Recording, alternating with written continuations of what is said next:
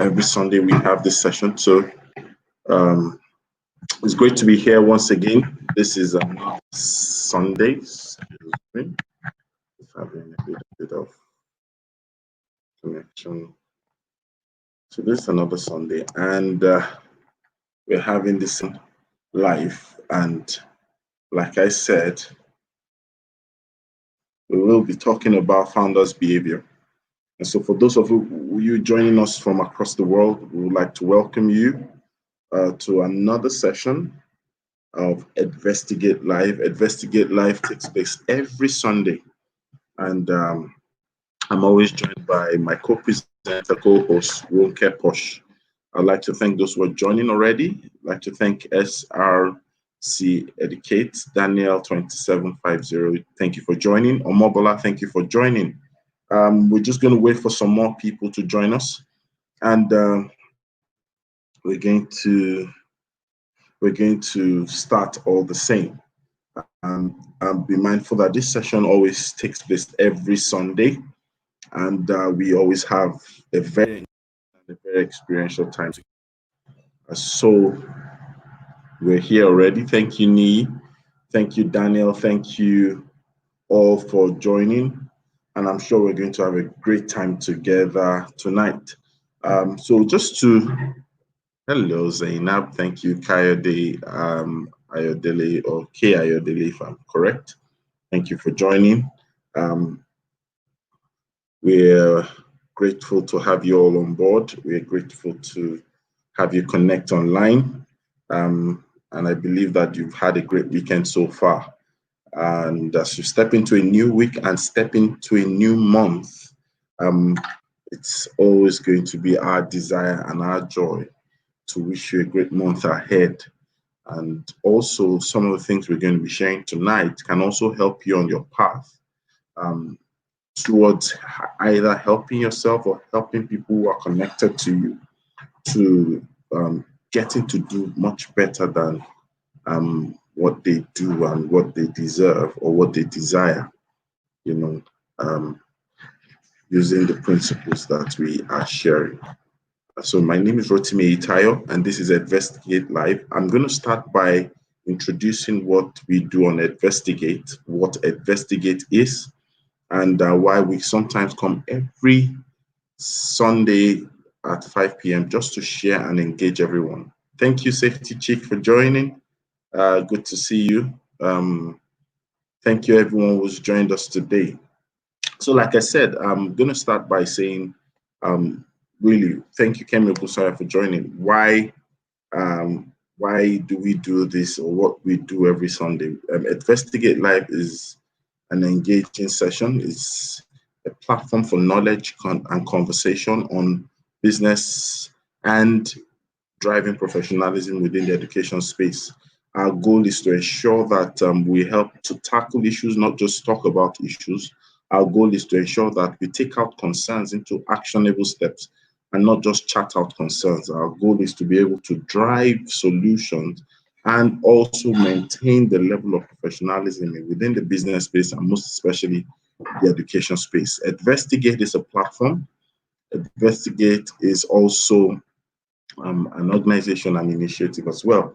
And so from time to time, we help individuals, we help organizations, we help businesses within the education space. We help them to achieve their goals. In some certain level, we assist them in achieving their goals to promote standards as well as they do so. So I would be expecting RONKEPOSH to join us. I believe she should have joined us by now.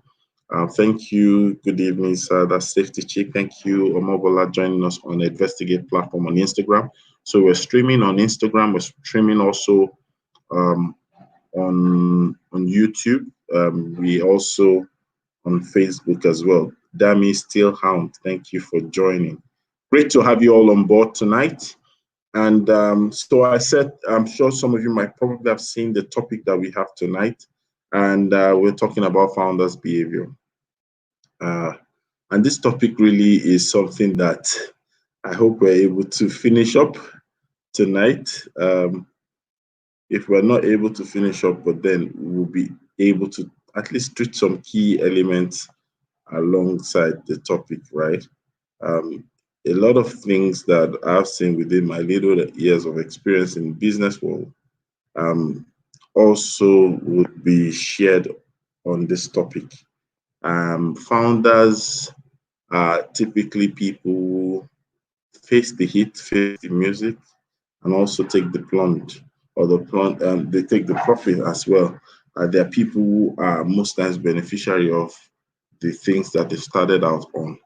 And within, especially the learning space, there's certain things that we've come to discover that founders are often victims of, or what actually resonates with who founders are. And we will spend time to talk about that tonight. We need to recognize that sometimes some things that has happened over a period of time, they're a product of certain realities that we might not even be aware that is working behind the scene. Sometimes a subconscious thing that keeps on happening, and it keeps transferring itself to so many people who get to be affected. And then at the end of the day, we discover that businesses, pursuits gets affected in the process.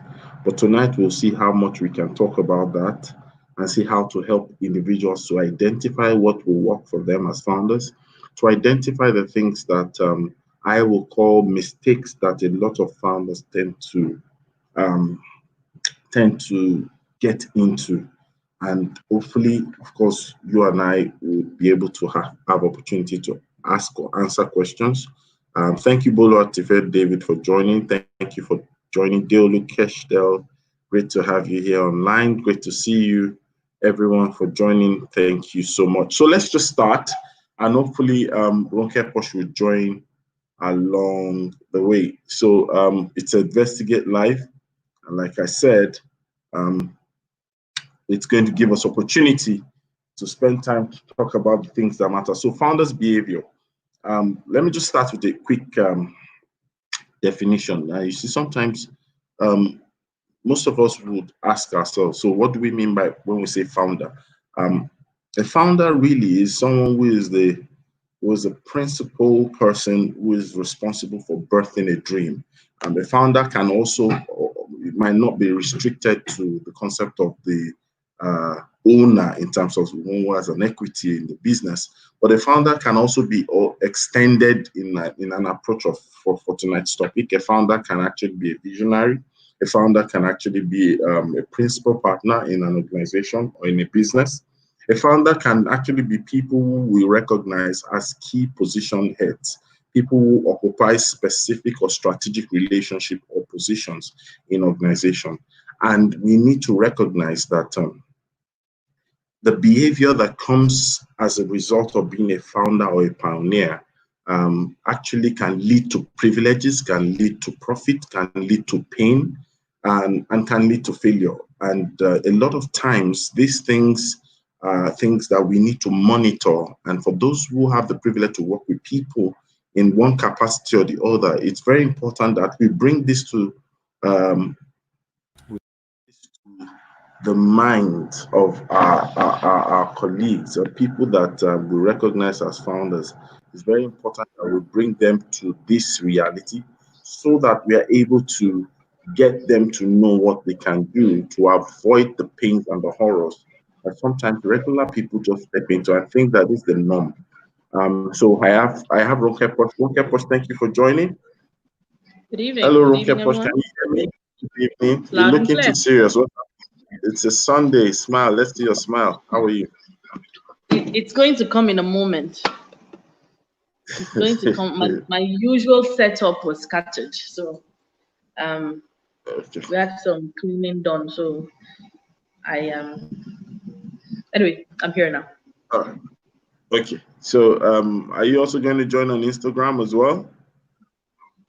So where is this? Is this on Facebook? No, this is StreamYard. We're streaming via YouTube, and then we will have. Okay, we already have Investigate Live on Instagram. Yes, Instagram. Okay, let's look. All right. So while RONKEPOSH is joining our Investigate handle on Instagram. I'd like to thank Yinka ADENIYI for joining. I want to thank Jalapino Cuisine for joining. I would like to thank Kemi Ogusoyan for joining. And everyone who is joined, great to have you here. Dr. Tomilola, thank you for joining. Yes, so like I was saying, we're speaking about founders' behavior tonight. And definitely it's going to be something that you and I, it's going to be engaging, it's going to be interactive. But I believe that there will be a lot that you will gain from that tonight, right? So let's just give RONKEPOSH a little bit more time to be able to connect with us, and we'll take it up from there as well. So, okay, she's here on, all right. Okay.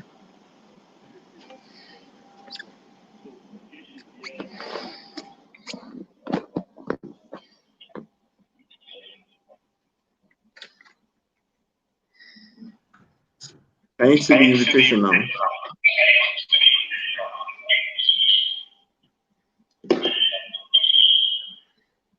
The lighting, yeah.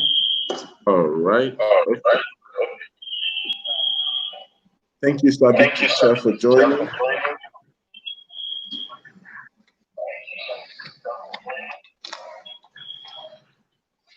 Okay, so we'll just continue, and then, of course, I'm sure I would do a little bit of conversation and give RONKEPOSH time to also share our thoughts. I'm going to break this conversation tonight into some segments that can help. We've come to realize that founders oftentimes have certain mistakes that they step into, and because they are owners or they are principal officers of their business, there is this risk factor that tends to affect them at the point where they believe that, well, because they are the principal owners or principal decision makers, certain things just happen by default, and they get to put themselves into a lot of trouble. And these things don't work for them at the end of the day. So I will just try to share with you some mistakes that founders make. And these mistakes, we see it both in small businesses, we see it in big businesses, we see it in the school space importantly. And I'll share two. I probably now give RONKEPOSH opportunity to share some, and then we'll take it step by step. One thing, especially for those within the learning space, the business and school industry, is that we find out that a lot of times founders often do not communicate on the front end with their clients. That's a very big mistake. One of the behaviors we sometimes tend to see from founders is that they absent themselves from frontline communication with their clients and customers. And as there might be reasons behind this, and sometimes some people feel justified behind this, yet it poses a great threat to business continuity. Because if you begin to stay away from your customer by the privilege of being a founder or by the privilege of being a pioneer, you will begin to lose touch points with them. You begin to lose score points with your clients, and that is a lot of times disastrous to businesses. You must ensure that as a business leader, as a founder, you work on the aspect of communication with your clients. You know, in Africa, we have this big man concept where, because we are the pioneers, the kind of people that should have access to us should not necessarily be the people who are paying us in our business. And in some cases, that's not the best thing to do. We need to get to a point where we're able to rise up and transfer or deliver service and also make ourselves visible, at least to the barest minimum. That is very important. When we say founders' behavior, we find out that a lot of founders are oftentimes prone to making this kind of mistakes. Number two, And this number two, I'm sure some of you will agree with me, is one major mistakes founders actually make. It's ignoring constructive feedback. Sometimes founders are often in a habit of ignoring constructive feedback. Number one, why? Because the feedback is coming from a subordinate. Number two, why? Because it's probably coming from someone who is not as experienced, not as exposed, or not necessarily on an economic class with the person. I've heard sometimes some colleagues complain to me. I've heard sometimes some mentees come to me, and then they give some concerns around the things that they experience from different people that they call clients. Number one, once in the capacity of a vendor or a consultant, you find out that sometimes some founders they find it difficult to listen to a consultant's advice just because they feel that, well, I'm richer than the consultant. I pay you your service. So what can your knowledge equate to when it comes to the matter on ground? As far as they're concerned, the more you have as money is superior to the knowledge that you have as a consultant. And so that's a habit, or that's a mistake that sometimes a lot of people make as founders, and it's a behavior that can cost you a lot in your business. These two things are things I want us to use to set in motion our conversations tonight. So founders oftentimes get into that challenge, into that reality where they sometimes, like I said, not all the time, but sometimes ignore constructive feedback and then withdraw from communicating with their clients. RONKEPOSH, are you there? I am there almost. Hello? Can you hear me? Okay, so we're just talking about some mistakes that form some behavioral pattern of founders, and we're talking about founders' behavior. And I want us to share some mistakes that you probably have noticed, or you probably think sometimes founders actually carry out in behavior, and also probably solutions to that, while we're not taking a step further to look at not just the mistakes, but certain things that founders should do, not necessarily in the negative, but in the positive, to ensure that they are all the time having professionalism and all the time ensuring that they get results. Thank you. So good evening. Thank you, Mr. Eyitayo. Good evening, everybody on Instagram, on YouTube, and coming soon on Facebook.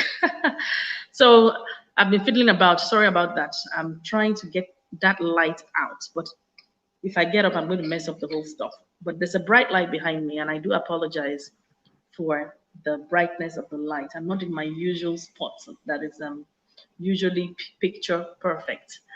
So founders' behavior, what are we talking about when we talk about founders' behavior? You own the school. Perhaps you have stakeholders. Many school owners, their husbands have invested in the business as well. So how do you behave as a result?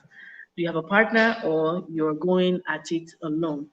But the reality for me is that you might say you're the founder and your name might be on the paperwork, but really you have co-founders, whether they're formal or informal co-founders, and you're to a very large extent accountable to them.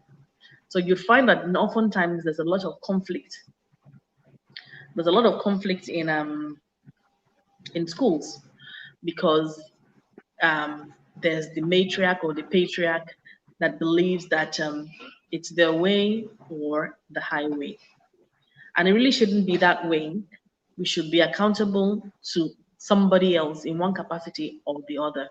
Accountability can be even to your team, to the children that you are working with or for, or children that you're training, educating in one capacity or the other. You need to be accountable to those people. Now, let me make it more relevant. Let's talk about it in the context of the COVID 19 pandemic that is happening now. So you find that during this time, we have been pushed into this unprecedented time, like many people like to say. And as a result, there's a lot of forced decision making. People needed and still need to make instant decisions. There's no time to waste. So you need to be very proactive as opposed to reactive, albeit there are those that are reactive. But it's a very difficult time. So you find that a lot of founders have had a lot of conflict with parents, for example, non-paying parents. There are many parents that in many schools that have not been able to pay. And we need skills to be able to manage this sort of thing. It's a crisis, but we still need to maintain that level of professionalism all the same. So you the teachers also, you find that in many schools they were not paid since February or March, and also at the same time you find that some actually paid. However, they paid a percentage of the salary, which was which people took in different ways. Let's just put it that way. Some understood the situation, and some didn't. I was online yesterday, and I did explain to teachers yesterday that even if you got a pay cut, you got something. Um, just for the records, our own teachers at Liposh got their full salary. So I'm not justifying those that paid half salary because they are different pockets. So you need to understand that it might have been what the school could afford. A lot of schools have a lot of debt, a lot of them have loans, they have stakeholders. So a lot of teachers are annoyed, forming WhatsApp groups, and they are all over social media complaining about non-payment of salary. However, the important thing that should have happened is that the founders are communicating. And as much as we bang on that communication is a 21st century skill, you find that a lot of people, it's not even only educators, they struggle to communicate things that are important matters, important issues. And that as a result has caused too much pain over the last few um, months, let's put it that way. So you have a case of, oh, teacher said I'm not going to work again. How can I be working this hard and getting half salary or no salary? I'm not working again. And you find some school owners saying, soldier come, soldier go, to hell with it, whatever. I mean, this is what I can do at this period in time. But it's not the way to go. The better way is to communicate and try and carry along your staff. During this COVID, there's a lot of mental and emotional stress on people, on everybody, even the children. It's important that we carry the team along. For our school, for example, we were able to set up a meeting where we were we invited mental health experts, psychologists, and the likes, just to talk to parents and help them and give them tips of how to manage their stress, their emotions, and even how to homeschool their children. Support. My team, for example, we also hang out. So on we're midterm this week. On Friday we got together. Was it Wednesday? It was on Wednesday. We got together and what did we do? Everybody was on Zoom, teaching and non-teaching staff, janitor, whoever it is. We helped them download, get everybody onto Zoom, and we just had a good time. We were joking, we were having fun. It's important that your leadership skills, it's up to scratch at this particular time, irrespective of how you're feeling. You really need to boost and motivate the morale of everybody in your team. It is our school. Leposh is not my school. Even if my name is on the document, it's not my school because it's also the school of the children. They expect to come there and feel safe. It's a home away from home for them.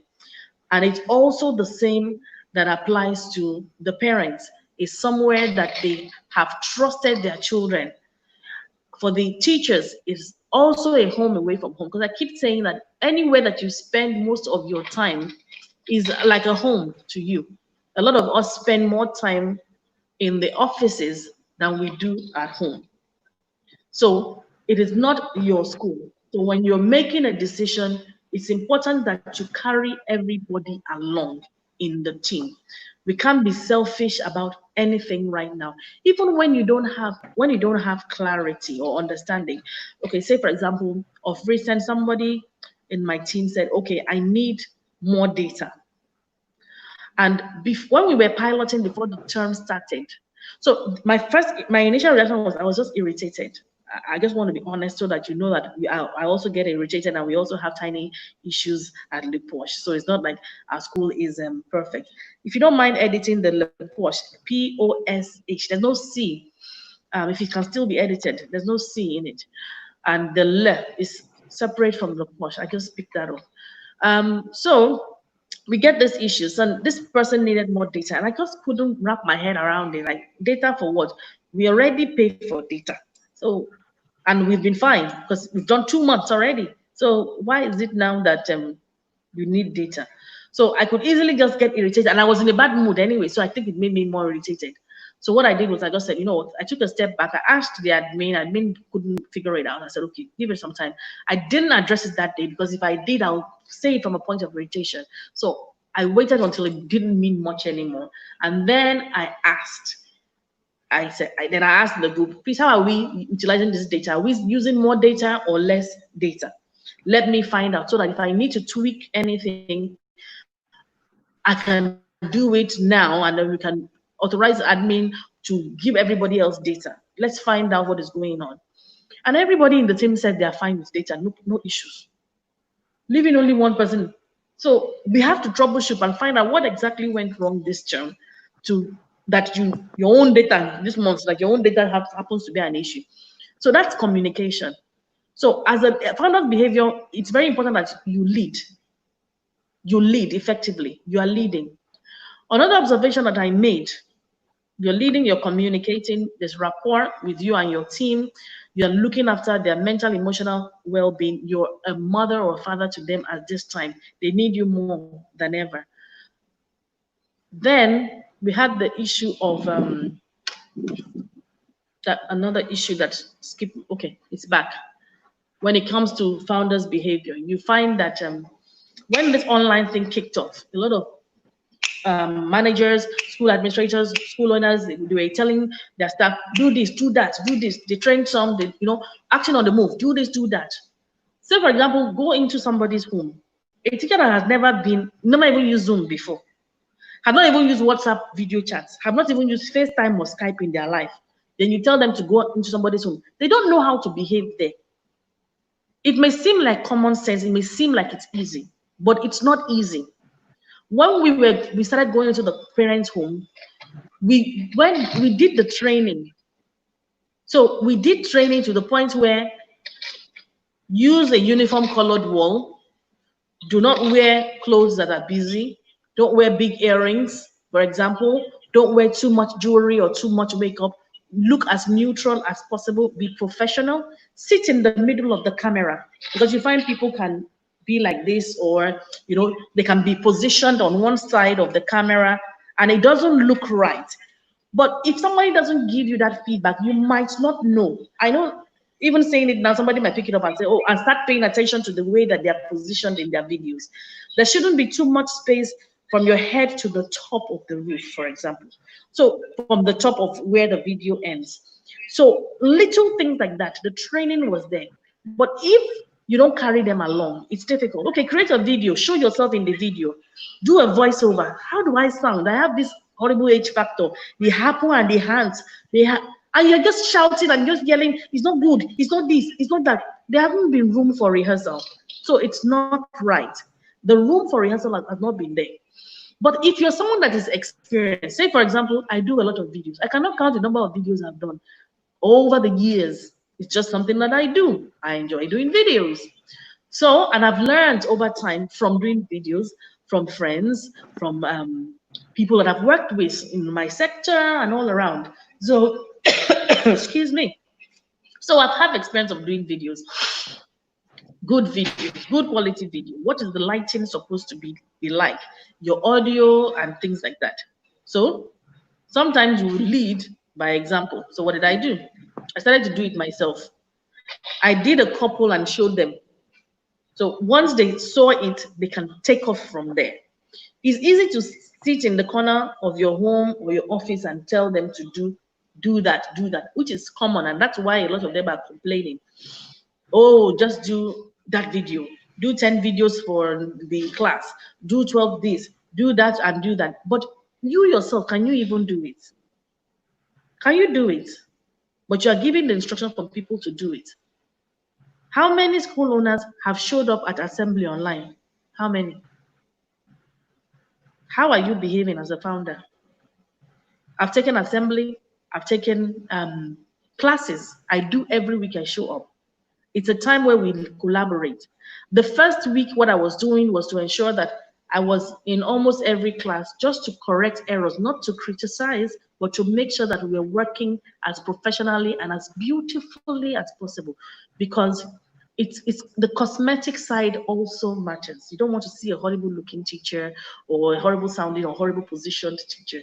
How are they coordinating the children? How are they? So the support at this point in time, you lead, and it's a situational leadership. You lead in such a way that what you would normally not do, you are forced to do it. Well, you're not forced, but you are encouraged to do it. Situational leadership. How are you leading? Are you able to do what everybody else is doing in the team? Issues where teachers are kicking back. Some of them are saying, I'm the one that, I set up the Google Classroom. I'm the one that is doing most of the tech. I'm the one that is doing the videos. I should get more salary and stuff like that. Empower everybody in the team.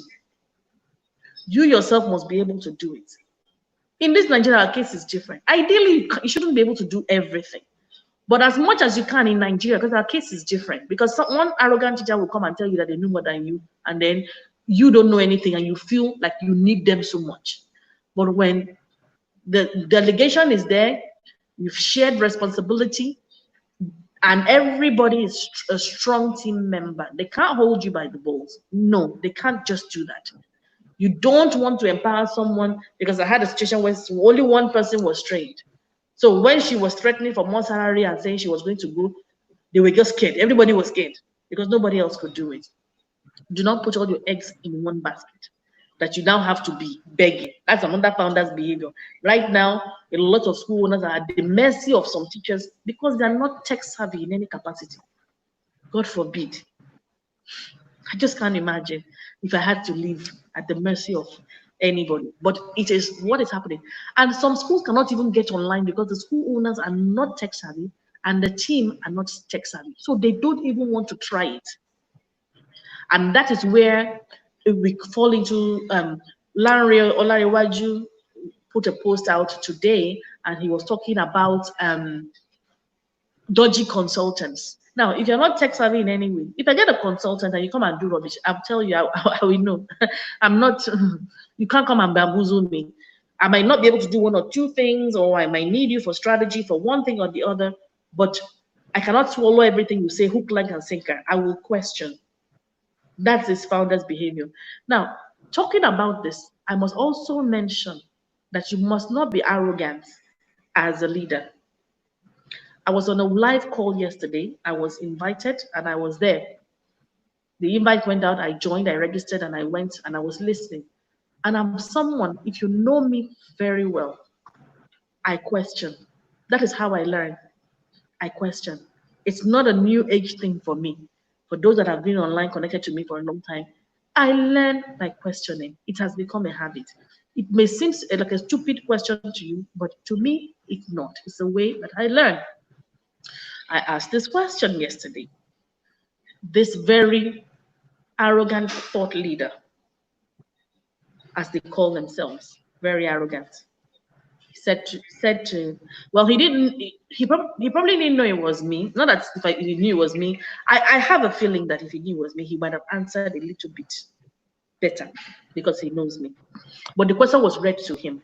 But that's not the point. It doesn't matter who it is. It doesn't matter who it is. The arrogance must stop. Do you know what he said? Let me paraphrase what he said. He said, I'm paraphrasing.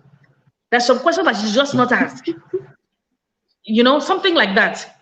There's some question that you should just not ask. You should just, he didn't say common sense, but he was saying you should just use your common sense. And because he was talking about parenting, and I was talking about the exceptions to the norm, such as children with special needs. And instead of him to just say, these people, this is how, because I still don't even know the answer. Exactly. Here we go. I still don't even know the answer. And that's why I even asked, but how do we call an 18-year-old with special needs an adult if they are not really able to behave like the typical neurotypical special needs person? Is that a foolish question? Maybe it is. To me, it's not a foolish question, because I'm just thinking, if someone has a special need and commits a crime, and they say, oh, because you're 18, you're an adult. You're an adult. Oh, you must face the full wrath of the law. But you're not thinking about the mental and emotional state of the Are you with me, Mr. Eyitayo? You're not thinking about the mental and emotional state of the child. You're just saying you're 18 years old. So I asked this question, and he was so arrogant and he was so rude. And I really, really expected better from this person, because I've known them for quite a long time. The way that a lot of people, this Zoom and all these online things that we're all using, it gives a lot of people a lot of balls. Chickens will suddenly become lions because they are behind the screen. They will say anything that they want. And that is not a founder's behavior. So leaders are online and they're shouting at teachers and telling them to do stuff, but they are not able to do it themselves. They're giving the instructions, do this video lesson, do this, go to the house, do Zoom. Have you done the lesson plan? Have you done this? Have you marked? Have you done the CBT? Have you done, you're telling them all these things to do, but just try to teach one lesson. Try to teach just one lesson and see how it is. A lot of school leaders can't do it. Try and be foolish to the school, to the little children at home. Try and be foolish and start singing, good morning, how do you do? Today is Sunday. Do you know that it's Sunday? Will you play with me? Yes, I will play with you on the screen. Come on. I mean, we play and we are foolish with the children, but sometimes we are being foolish because you know that the parents are also there looking at you. You may not feel 100%, but then you're being judged by the parents. You're also being judged by your employer. That's cruel. That is cruel. So a lot of founders are doing this sort of things. They are not speaking with poise. They're not speaking the right way. They're not carrying along their team. They're not thinking about their mental, emotional well-being. They're not even thinking about their pockets. Because some of these people are going online and they're getting peanuts. I wanted to quote the person that said peanuts, P-I-N-N-U-T-S, peanuts. But that's another joke. You might not, if you didn't see it, you wouldn't know it. But the stress is a lot. There's a lot of stress. You're complaining about what their background looks like, the chicken and the generator that are making noise and things like that. You're complaining about everything all of a sudden. So really, founders' behavior, you must be flexible. Flexible. Let them talk, get their buy-in. Let them tell you how they're feeling. Let them tell you what they're suggesting. A parent said to me 2 days ago, he had to go back to work. So he's going back to work, the wife is working from home, and they've been fine. But now he's called to tell me that at this point in time, my wife now needs to go back to work because the office needs her back at work. I don't know what to do with the children. We don't have a nanny that can do that kind of all the Zooming that we do. Then what? So I said to him, okay, let me think about it. I will take it to the team. Sometimes it's not your own decision to make. Because, oh yeah, it's my school, it's my name on the document, it's my school. So that my school mentality is a lazy chicken lizard mentality. It's our school. We make decisions together. It's our school. You will know when you need to make certain decisions on your own, independently, you know. So we're going online. That decision is already made. How we go online, we do it collectively. So those are my contributions for founders behavior, because I know Instagram is going to log off soon, and all the likes. I don't want to take up all the time. So I hope I've been able to say something that is useful and relevant to help people in terms of founders behavior. So, like I said, it is the lighting that is bothering me. I like the perfection. If it's not there, then it bothers me, and that's why my countenance is as such. But I'm still happy. Thank you so much. That's a very good journey. You took us on a good journey, and then Thank you. you sang as well. I think I should produce an album for you. What do you think?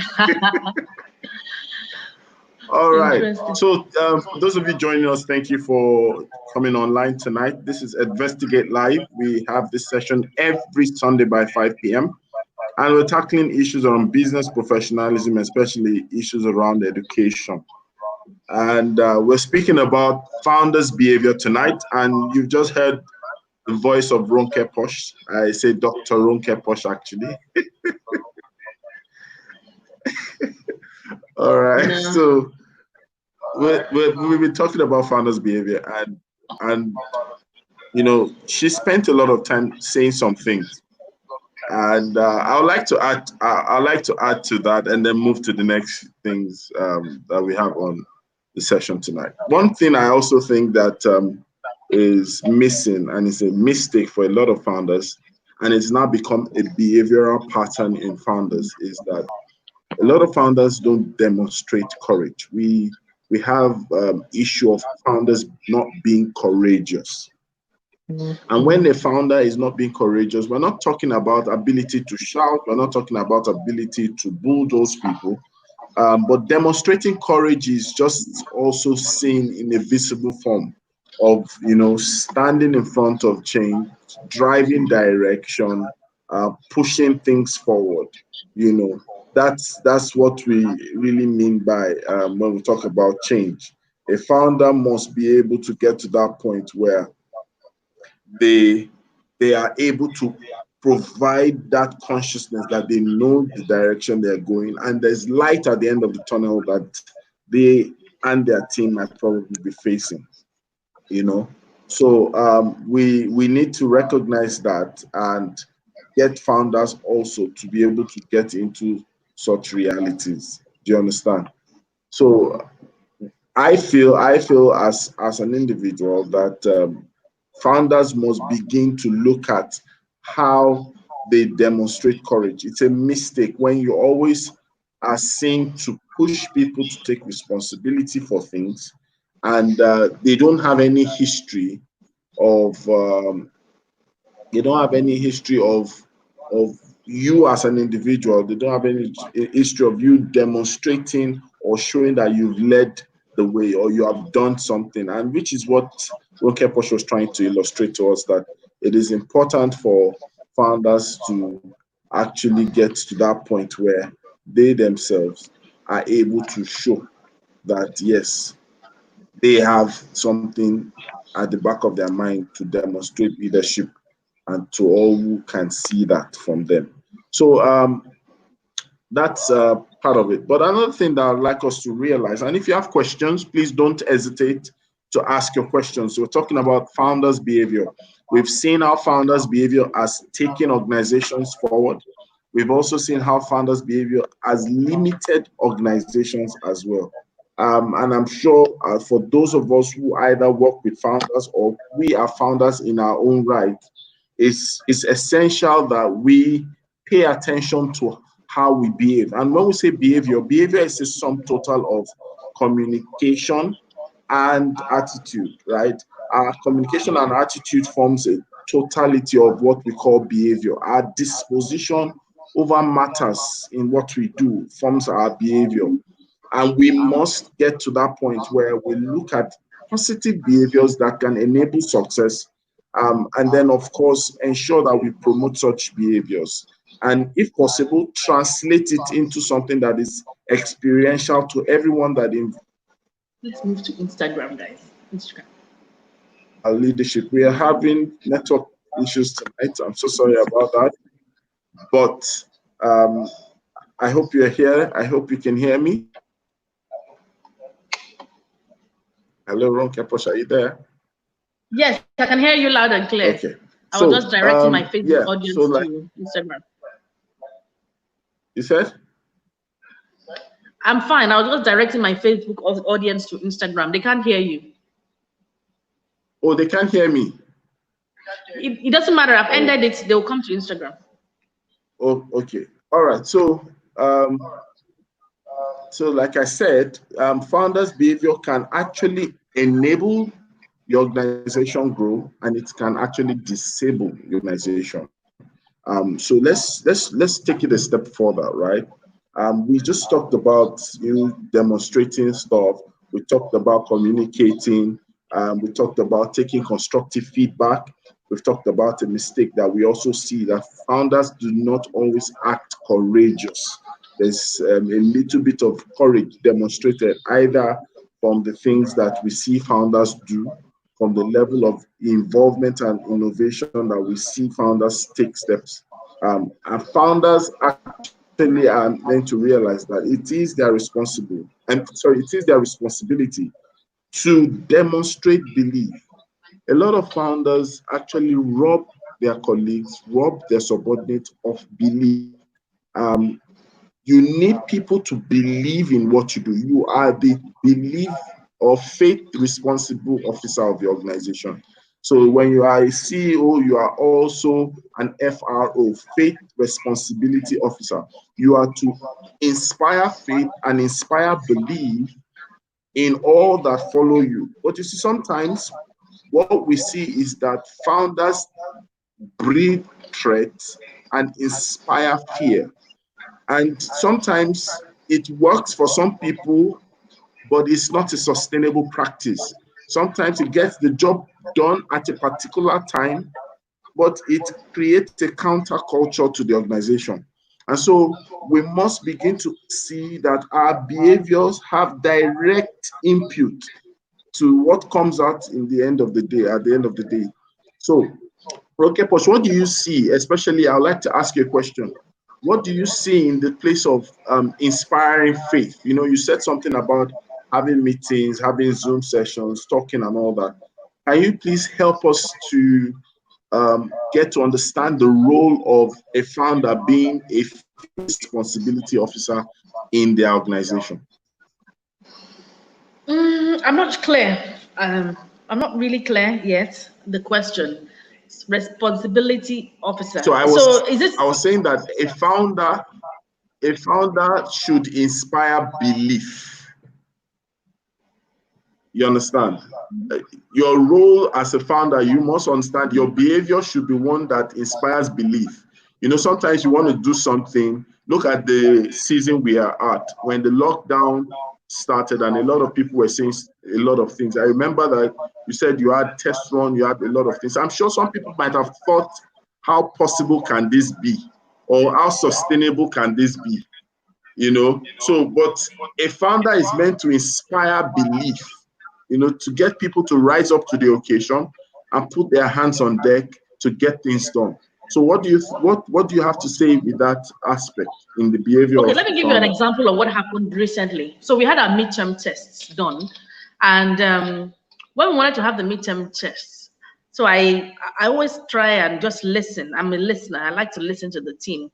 So they said how they were going to do the tests the usual way. They're going to do, well, not the usual way for the weekly test, which was the computer-based test that they do. And I said I wasn't happy with just the computer-based test, and I wanted something over and beyond the computer-based test. So I got a lot of, what the game is, you know, that's all we can do, and that's all we can do, kind of thing. And I said that's not all we can do. So I put some ideas down, and I said this is what I think we can add to the CBT that we're already doing. They just didn't buy it. Everybody didn't buy into the fact that we were able to do it over and beyond the CBT.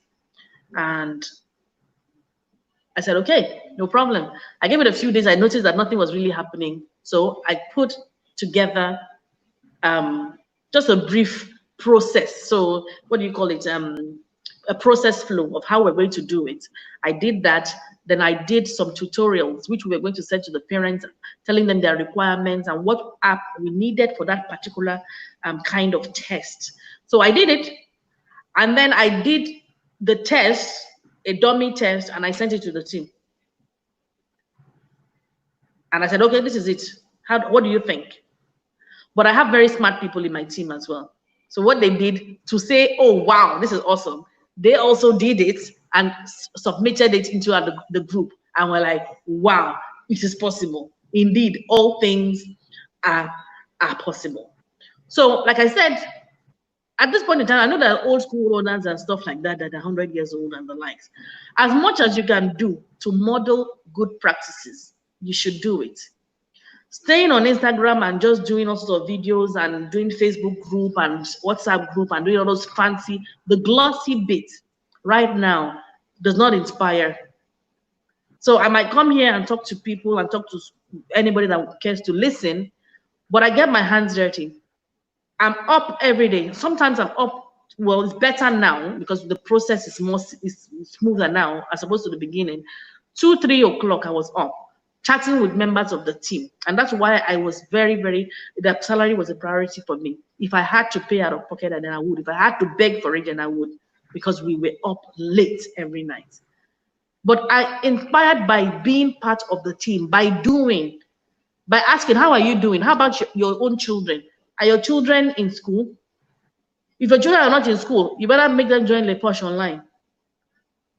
Because if your children are not okay, you're not going to be able to deliver 100% to my kids at RONKEPOSH. So what is it that you're doing to inspire, to make them feel all right? When I create, I'm constantly learning, honestly. Even before this coronavirus, it's just what I do. I think that's what made it easy for us to transition to online.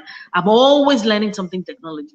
Even this break, this morning, I woke up, I was taking, I'll just buy the course and keep. The day I have the time, I'll just do it. When I create something so beautiful and wonderful, I won't say, you people, do you know how to use just come up with one thing, do you know how to use it? No, let me train you. I don't know what I do. What I do is I dazzle. I like to dazzle because I know it's, gingers them. I'll just create one thing. I just throw it in the group. Just check it out, guys. Look what I just created. And the whole class, the whole group is scattered, and they're asking me, oh, how did you do it? This and that. Because that is how I inspire. I personally inspire by doing. I don't instruct. I'm not there saying, and I'm usually one step ahead for now. I'm usually one step ahead. One step ahead, but they're very close by, because if anything happens to me, they've got to be able to do whatever it is I'm doing. There's got to be somebody that can do it. So you are inspired by doing, by making them believe that we can be great, Say, for example, and I'm not shooting Google Classroom or Edmodo. I'm not shooting it. I'm saying, Mr. Eyitayo, please repeat it. Please, can you say RONKEPOSH is not it's not shooting any app or learning management system? Can you say it? I'm not shooting any learning management system. I'm not. However, because I had done a lot of pilots prior to the COVID lockdown in Nigeria, I was so sure. If I wasn't sure of anything, I was very sure I was not going to use Google Classroom or Edmodo. I was sure. You know what you're saying when your founder's behavior. In this particular instance, my founder's behavior was, we ain't going to use it. No matter what. But I trained them to use it so that they will not feel left out from the headsman mentality. So we went and we did it. We used it to interact amongst ourselves. But I wasn't going to use it. Because what? There's something that even if you're online, you still have your mission and your vision, like Mr. Rotimi has said many weeks ago. Your online school still needs a mission and a vision. What is unique about your own school? Everybody is on Google Classroom. What is unique about your service offering right now? And I said, because of that, I will not use Google Classroom. Arrogant? Maybe. Call it whatever you want. But you must understand that whether you're online or offline, there must be something unique about your school. What are you doing differently? And it inspires, because my team would still tell you, except only one person that is still always thinking, oh, my friend that used Google Classroom, but we still have, we don't have perfection. And that's not even to say it's not perfection, just because of peer pressure, colleague pressure. Let's put it that way. She has a lot of friends that are using the Google Classroom. But when I chat with other of them, I tell her, how does it feel when you talk to your colleagues and they're like, oh, you guys are using Google Classroom or Edmodo? And they're like, we're not using anyone. They're like, what are you using? Don't tell me you're using WhatsApp. So no, we're not using WhatsApp. We're using something else. And it feels good. It feels good. If talking about it, it feels good. And that is not to say that Google is amazing. Oh my God, Google, please. I'm advocating Google is awesome, awesome, awesome, awesome. But what is making your school different right now? My school still has to be different. And I keep saying it. It wasn't the big schools that sailed through at this time. It was the big schools that struggled the most, according to my observations and my findings and a word around. It was the big schools that were challenged at this time to transition. The small to medium size, responsive, proactive.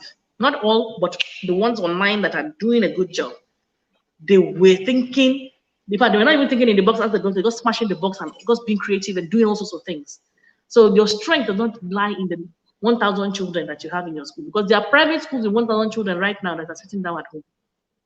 And there are schools with 10 children that are online teaching them. So how about that? What is unique about your founder's behavior? So I hope that answered the question in terms of inspiring. That is how we do. Yes, in a way, it does answer, and then you added something else to it. So just thanking us all for joining today. We've been talking, and I said that when we started, I'm afraid we might not be able to cover the entire topic. For those who are joining on Facebook and Instagram, on YouTube, we'd like to thank you for joining this Investigate Live. And we're speaking on founders' behavior. And what we're just trying to say is to make people understand that the behavior, meaning the conversation, comportment, and attitude of a founder, does a lot in the outcome of the business. And just from the things that RONKEPOSH just said, she said something about you being different.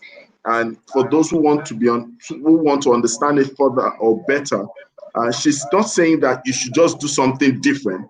She's saying that there must be something distinctive about your school, something distinctive about your solution, meaning that even when you begin to change or you begin to adopt new methodologies, a school must not lose their distinctives. You must understand, for you not to lose your distinctive, it means that you already have an identity of some sort. And the behavior of the founder, we must understand, should be one that is less or void of arrogance, should be one that communicates frequently, should be one that actually gets to show or champion or inspire belief. Sometimes in fact, it's like it accelerates work in some cases. When someone just believes that, someone is there giving us that stamp of authority that you guys move on, you guys move ahead. So I'm sure if you have questions, we're willing to answer your questions today.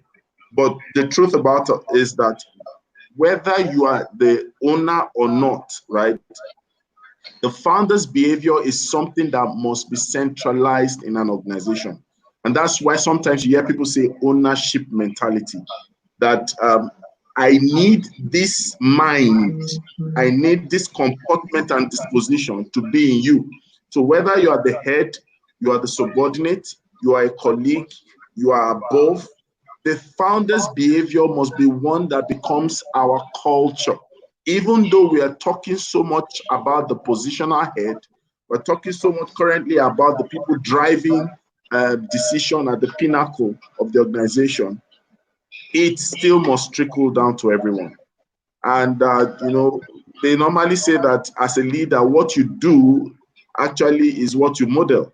And so when you model positivity to your team, there's a very, very strong possibility that it will translate to the reality of your team. So if you model negativity, somehow it has a way of trickling down and translating to your team's reality. So founders' behavior in Nigeria, in Africa, is something we all must pay attention to. we all must pay attention to. It's critical, you know. For those of us who are online today, we want to thank you for joining. I will believe that our goal behind sharing with you what we're sharing today is so that we're able to get the best and to know what is expected of you going forward, right? So, RONKEPOSH, before we round off, are there anything that you would like to just add? You know, it's a short session, but it's what We still sharing. did our hour. Yeah. We still did our hour as promised. So what do I want to add? I want to add that you can join us next week, same time next week. You can also visit our website, and you can also register at Investigate, where we're trying to increase professionalism in the education sector. So those are my few ads. You can find Rotimi Eyitayo at Rotimi Eyitayo. You can follow us at Investigate. I'm at RONKEPOSH on all platforms as well. And we look forward to your contributions, your questions, and just seeing you and hanging around with you on Sundays. Thank you. Thank you so much. So RONKEPOSH has been great. And I like the way you actually gave us personal stories. You're able to relate it with reality, not just a topic in the air. So thank you. It's always a great time hosting this session with you. And I believe that one way or the other, for those who are able to listen to the replay, they'll have things to jot down. And of course, our goal is for you to do something with all that we've shared today. So until we come your way next week, our desire is that we wish you a great month ahead and a great week ahead. So take care, and thank you for joining our session. Good night.